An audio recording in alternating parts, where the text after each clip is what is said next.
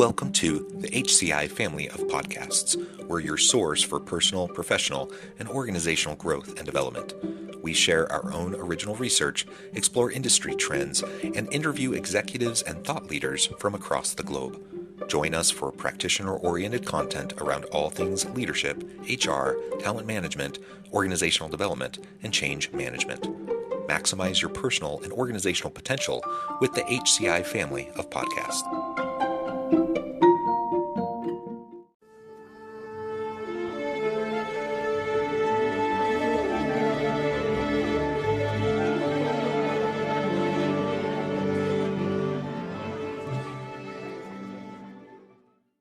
Jim Marshall, welcome to the conversation today. Thanks, John. Glad to be here. It's a pleasure to be with you. You're joining us from Arizona. I'm south of Salt Lake City in Utah. And today we're going to be talking about using Septemics to help others at work.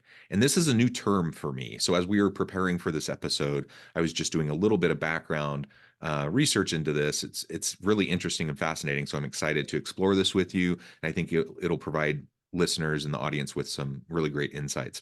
As we get started, I wanted to share Jim's bio with everybody. Jim Marshall is a polymathic intellectual who has devoted over 50,000 hours to the study and practice of multiple dimensions of human potential and development. He received a classical education as an honor student at a Jesuit military prep school, was accepted into engineering school while still a junior in prep school, and attended college on academic scholarship. Anything else you would like to highlight by way of your background or personal context before we jump in? Well, I should say that I am the discoverer of hitherto unknown natural phenomena, which greatly aid in the understanding of people, from which I constructed a revolutionary practical philosophic system called Septemics, and published it in the book Septemics, Hierarchies of Human Phenomena. Very good. So well, let's start with that then. What is Septemics? Provide that in kind of in layman's terms, an overview and a description for the audience. Okay. Septemics is philosophical science based on the fact that many phenomena related to human beings occur in a sequence of 7 levels. Literally, the word Septemics means of or pertaining to 7. Septemics comprises a collection of scales or sequences, each of which breaks down various human phenomena into a hierarchy of 7 steps. There are 35 such scales, each of which is unique, and together they span the spectrum of human experience, by which I mean any problem, dilemma, situation, difficulty, etc., that any person has can successfully be analyzed by one or more of these scales, usually more than one. Let's get into what some of these different scales are, as we're trying to think about how this could be beneficial, why Septemics is significant. I think it would be helpful to understand better what these scales are, because it's a big claim. It's a big claim to say, that you can address any sort of human behavior and potential issue using this approach. So can you describe that for us a little bit more? Well, let me just tell you in a general way how it's beneficial, and then I can give you a more specific answer. Okay. I wrote this book to help people. I've had a lifetime of helping people. Each of these 35 scales provides the user with an infallible way of determining the salutariness or beneficialness of any group, individual, or activity. If the group, individual, or activity moves persons up the scale, it's beneficial or positive. If it moves them down the scale, it's detrimental or negative. So you see, I'm giving you a yardstick, 35 yardsticks for human phenomena. More importantly, just finding out what level you or another person is at on any scale is by itself enlightening and beneficial. Every time you correctly find a level, whether it's for you or for another, one always has a realization. That's one of the ways that you know you found the right level. And finally, once you know the actual level of a person on any scale, you can improve that person by moving them up one level at a time. All of these advantages represent major steps forward for society. Each of these scales is an axis against which to evaluate human behavior, and combined, they empower one to understand, predict, and manage human affairs to a degree hitherto unattainable by most. Now, as to a more specific answer, the best thing I can do is tell you the names of the 35 scales, which takes about a minute. Okay. And then you know exactly what subject matter is covered in the book. There are 24 individual scales, meaning they apply primarily to an individual, and 11 group scales, meaning they apply primarily to groups. These are the individual scales: the scale of basic purposes, the scale of personal influence, the scale of choice, the scale of permeation, the scale of thought, the scale of identity, the scale of evaluation, the scale of motivation, the scale of control, the scale of stopping, the scale of scholarship, the scale of literacy, the scale of human ability, the scale of memory, the scale of spiritual identity, the scale of mental deletion, the scale of aberration, the scale of physical fitness, the scale of justification, the scale of belief, the scale of equanimity, the scale of attack, the scale of conflict, and the scale of reaction. And these are the group scales: the scale of relationships, the scale of life spheres, the scale of government, the scale of civilization, the scale of survival, the scale of management, the scale of exchange, the scale of communication, the scale of allegiance, the scale of sexuality, and the scale of politics. Any one of these scales by itself could dramatically improve the life of the reader. Very good. So maybe as an example, could you tell us a little bit more specifically about, say, the scale of relationships? Sure. Let's say you have a buddy who's having relationship problems and you want to help him out, right? This guy complains to you all the time. I don't know what I'm going to do about my wife. She's contacting a divorce lawyer. She kicked me out of the house, blah, blah, blah, blah, right? So this is your buddy, so you want to help him. So you say, Joe, come over here, let me show you something. And you open up the book to the scale of relationships and you show it to him. Now, what he's probably going to say is, you mean there's a scale of relationships? And you say, yes, this relationship that you've been complaining to me about for 6 months, where is it on this scale? He is going to want to know that because you're opening a door for him. Now, what's going to happen is, in a matter of seconds, maybe 15, 20, 25 seconds, he will find a bracket. He will look at the scale and he will say something like, well, I can see right off the bat that levels 1, 2, and 3 don't apply to us because we're having a lot of trouble. See? So he got it down to 4 already. So then you say to him, okay, look, go ahead and read the text. And then you'll be able to get this exactly. He's going to want to do that. So he reads the text. You can help him as a tutor.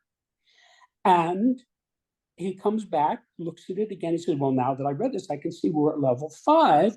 No wonder we're having so much trouble. And he'll have a realization like, that explains X, Y, and Z to him. Then you can say to him, now look at this scale, and you open it up to the scale of sexuality.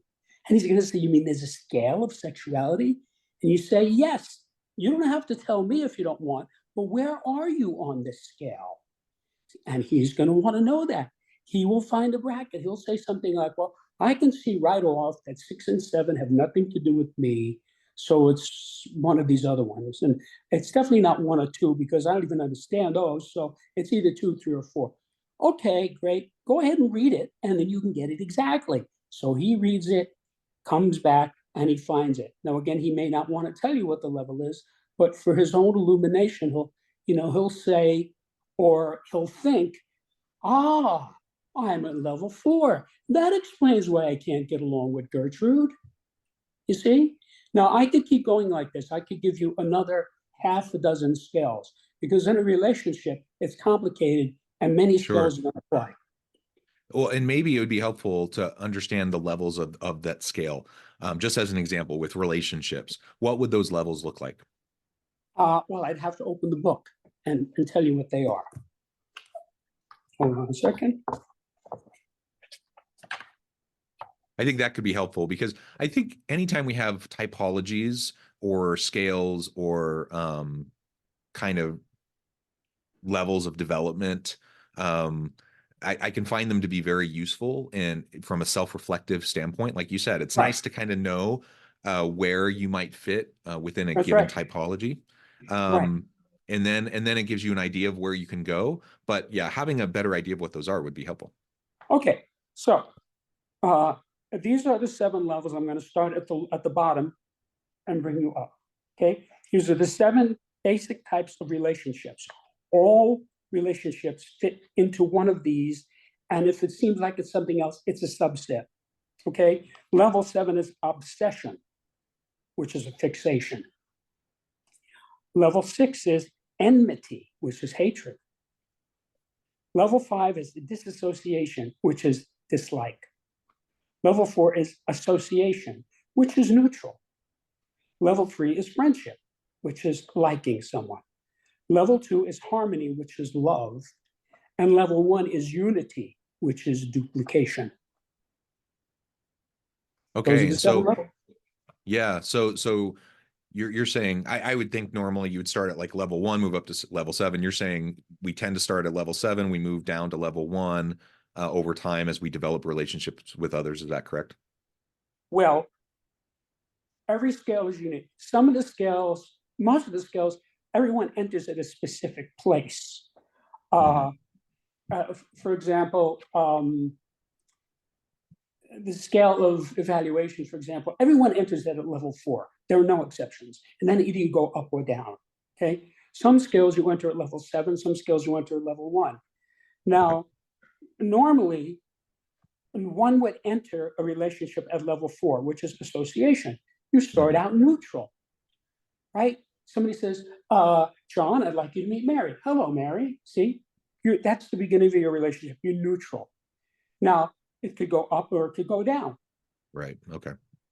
Now, what's really important in these scales is that I have the correct order. And this is something that I know axiomatically to be correct from my lifetime of working with this. I'd like to tell you how I found this because that will explain a lot to you viewers.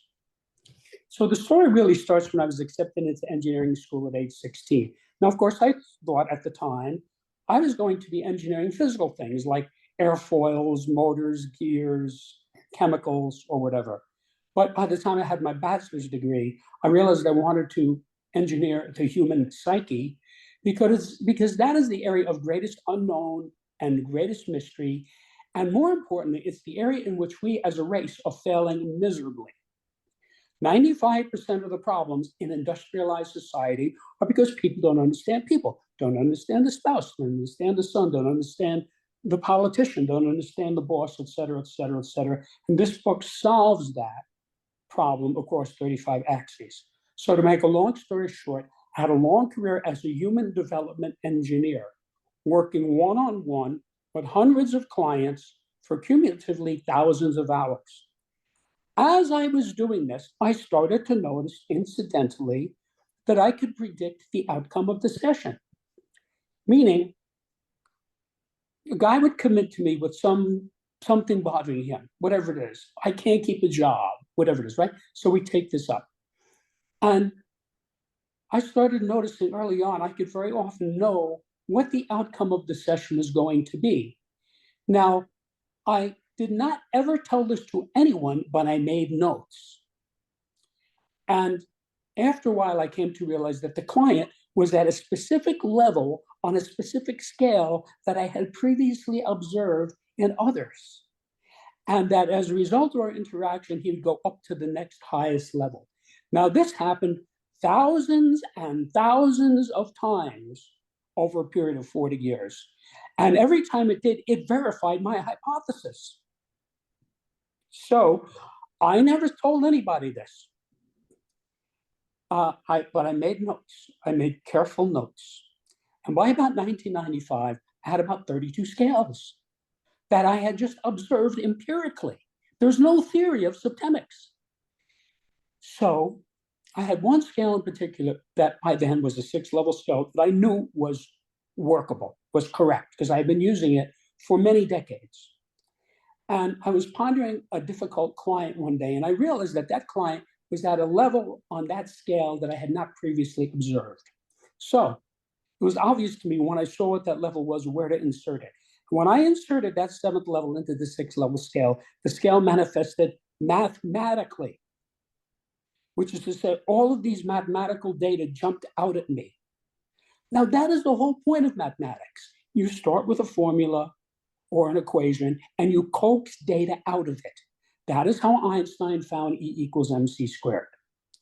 That is what we do in STEM subjects.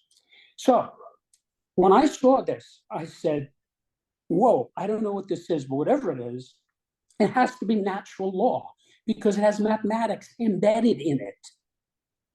So then I said, wait a minute. I wonder how many of these other scales are actually 7-level scales that had not been developed all the way because I wasn't developing anything. I was just helping my clients and making notes. So then, knowing what I was looking for, I studied these other scales, and in a short period of time, each of them went to 7 levels, and as it did, it manifested mathematically. So in a short period of time, I had about 32 scales, all of which had mathematics embedded in them. And I said, whoa, I think I found a new subject here. And then I said, I could really help people with this data because I saw that I could go from helping people by the hundreds, which is what I had been doing as human development engineer, to helping people by the millions if I put this data in a book and get it out so people could use it. So then I said, I have to write a book. And I spent the next 25 years of my life writing this book. So the first draft of it was finished in December of 95. I sent it to colleagues of mine, all of whom had graduate degrees in a variety of subjects, and they all loved it.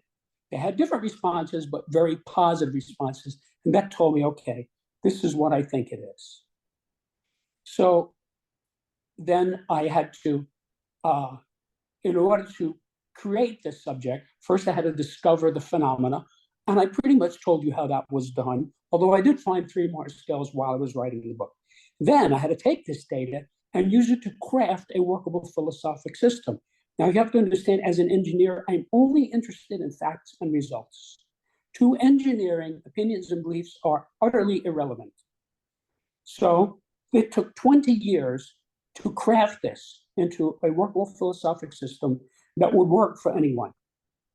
Then the most difficult part was expressing this in a way that would make sense to the average reader. And I know I succeeded at that because I've been watching people use this now for 28 years. People get this. They look at it and they say, yeah, I see, this is cool. They get it. And the reason they get it is it's natural law. It's just like when you look at the Pythagorean theorem, it doesn't take too long to look at it and say, yeah, I see how this works. You know, you get it, and then you don't forget it. You keep it for the rest of your life because it's natural law. Or the Fibonacci sequence, same thing. When you first get it, it's a little puzzling. Then you look at it and say, oh, yeah, I can see this is in pine cones. It's in seashells. It's in nature. It's there. So people get this because it's natural, and then they use it to figure out what to do in their lives. Can you describe, for as an example, perhaps someone, like you said, many people have used this, have you read your book, have used these materials to help them. Let's focus in on the workplace here for a minute. Do you have any examples come to mind of individuals who have utilized this to enhance and improve their situation in the workplace? And if so, Yes. how so?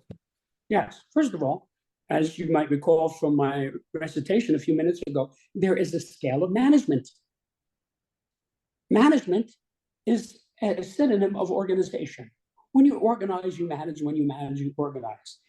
I have gotten it down to the 7 ineluctable functions of management. Anybody who's managing anything needs that scale, because not only are the 7 functions there, they're in the sequence that they exist.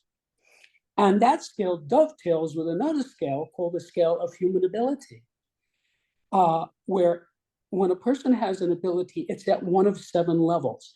Now, it's significant if you're managing anything, because you have to match the person's ability to the managerial level.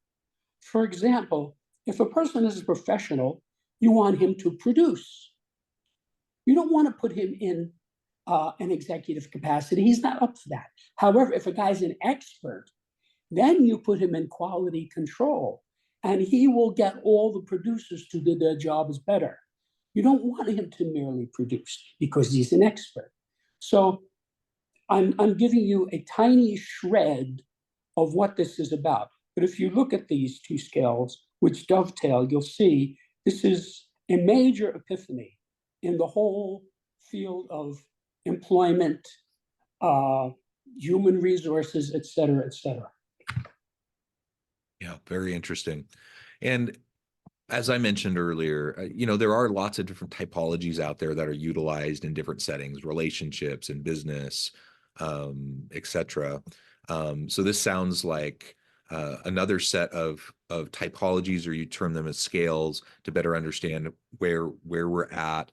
It's a self-reflective tool to be able to understand where I might be at and how I can better interact with those around me. One thing that I'm always very cautious of is being too prescriptive or dogmatic with these types of typologies or tools. And so, personally, let's take Myers-Briggs, for example, a common personality typology. So you get a quadrant and you find out where you're at in the quadrant.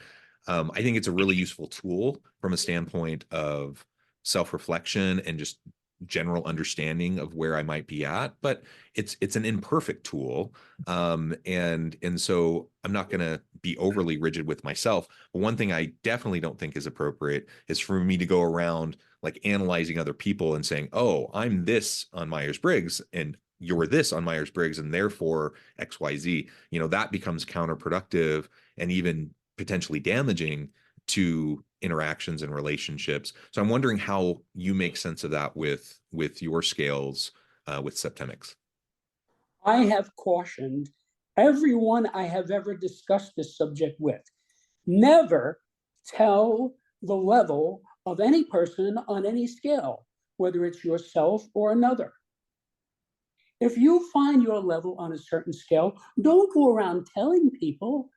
That data is for you to use yourself. Or if you find somebody else, you don't have to tell the person. You see, every time you correctly find a level, you have an epiphany. You say, oh, now I understand why my parents can't get along, or something like that. So if you tell the guy, you are depriving him of that realization. So this is not hard to do. You show him the scale and you say, take a look at the scale. And you see, usually you're going to do this in a context that you already have some insight in. Like a guy is having trouble running his business, right? You show him the scale of management. Just say, look at this, Fred. And Fred looks at it and says, oh, this is cool, a scale of management, see? And if he reads the chapter, he'll see how this fits together like a Chinese puzzle, and he'll be able to analyze his business. You don't tell him, you let him figure it out himself. Yeah, I like this, the self-discovery piece. I think that's super helpful. That lends itself to greater growth and development of individuals as we go through the process of self-discovery. And like you said, sometimes you're looking at it and it's important when we hold a mirror up in front of us to know that sometimes we're going to see things that we didn't expect, and we have to learn to be comfortable in our discomfort. And so sometimes we could look at a typology, or in this case, the Septemic scales, and we may not see ourselves in it, and we may be really quick to just say, oh, that doesn't apply to me. But we also need to just, if we're being really self-reflective, then that's a healthy process to discover whether or not something applies to you, whether it doesn't, or if it does, and then you can set it aside ultimately if it really doesn't. But perhaps you'll find that it does in ways that you hadn't thought about before, or maybe you had been a little bit oblivious to before. So I think that self-reflective process is super helpful. Yes, I agree. Yeah. Wonderful. Go ahead. No, I was just going to say that the data in this book are vital for every human being, because every person is at some level on every scale. Now, you can ignore that data, but it's much smarter to use it. read it and use it. It's just like the signage on the road. If you take your car out on the road, there's all kinds of signage that you are required by law to obey. There's a stop sign, no left turn, dotted line, solid line, speed limit, etc., etc. And if you don't obey those, you will get in a lot of trouble. There are hundreds of bad things that can happen to you as a result of not obeying the signage. This book is the signage across 35 axes. It tells you where the edge of the road is. And accordingly, it can help you to achieve your goals faster and easier by explaining what might otherwise seem to be inexplicable or random. I have done the heavy lifting by figuring this out. And I'm just giving it to people. It's very easy to get very inexpensively. And all you need is the book. Once you get the book, you don't need anything else except maybe a dictionary. But I would say that for every book in the world. Yeah. Well, thank you, Jim. This has just been a fun conversation as I've learned a little bit more about Septemics and your approach. I know at the time I need to let you go. As we wrap up, I just want to encourage the audience to reach out, to get connected, find out more about what Jim can do for you. And maybe, Jim, real quick, share with us where they can find your book. Well, I invite your listeners to go to my website, which is septemics.com, SEPTEMICS, where you can see what many readers have said, what many journalists have written. You can read the reviews, you can read sections of the book itself, and you can listen to a pre-recorded introduction to Septemics, which will explain it in about 15 minutes to a new person. And it tells you where to get the book. It's available wherever books are sold, Amazon, Barnes and Nobles. It's an easy book to find. Just type Septemics into a search engine and you get hundreds of responses. Amazon usually comes up first. Wonderful. Thank you, Jim. It's been a pleasure. I encourage the audience to reach out, get connected, find out more about what Jim can do for you, check out the book. And as always, I hope everyone can stay healthy and safe, that you can find meaning and purpose at work each and every day. And I hope you all have a great week.